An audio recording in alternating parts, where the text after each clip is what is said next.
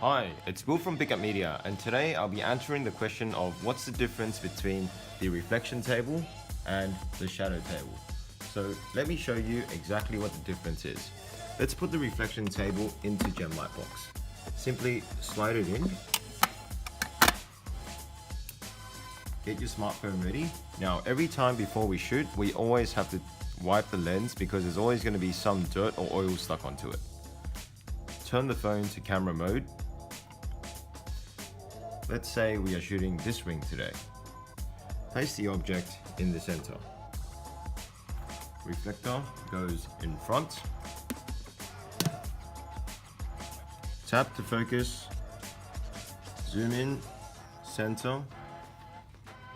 Brighten up as needed and capture.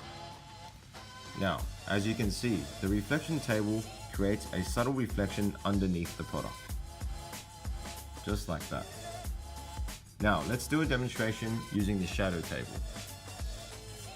Reflector comes off, product out, shadow table in. Again, jewelry goes inside, reflector back on. Again, tap to focus, brighten up as needed, and capture. This is the result. We get a subtle shadow underneath the item. Shadow table, reflection table. The more common option is to use the shadow table, and that's because when you're shooting 100 objects, the reflection table creates different kind of reflections for different objects.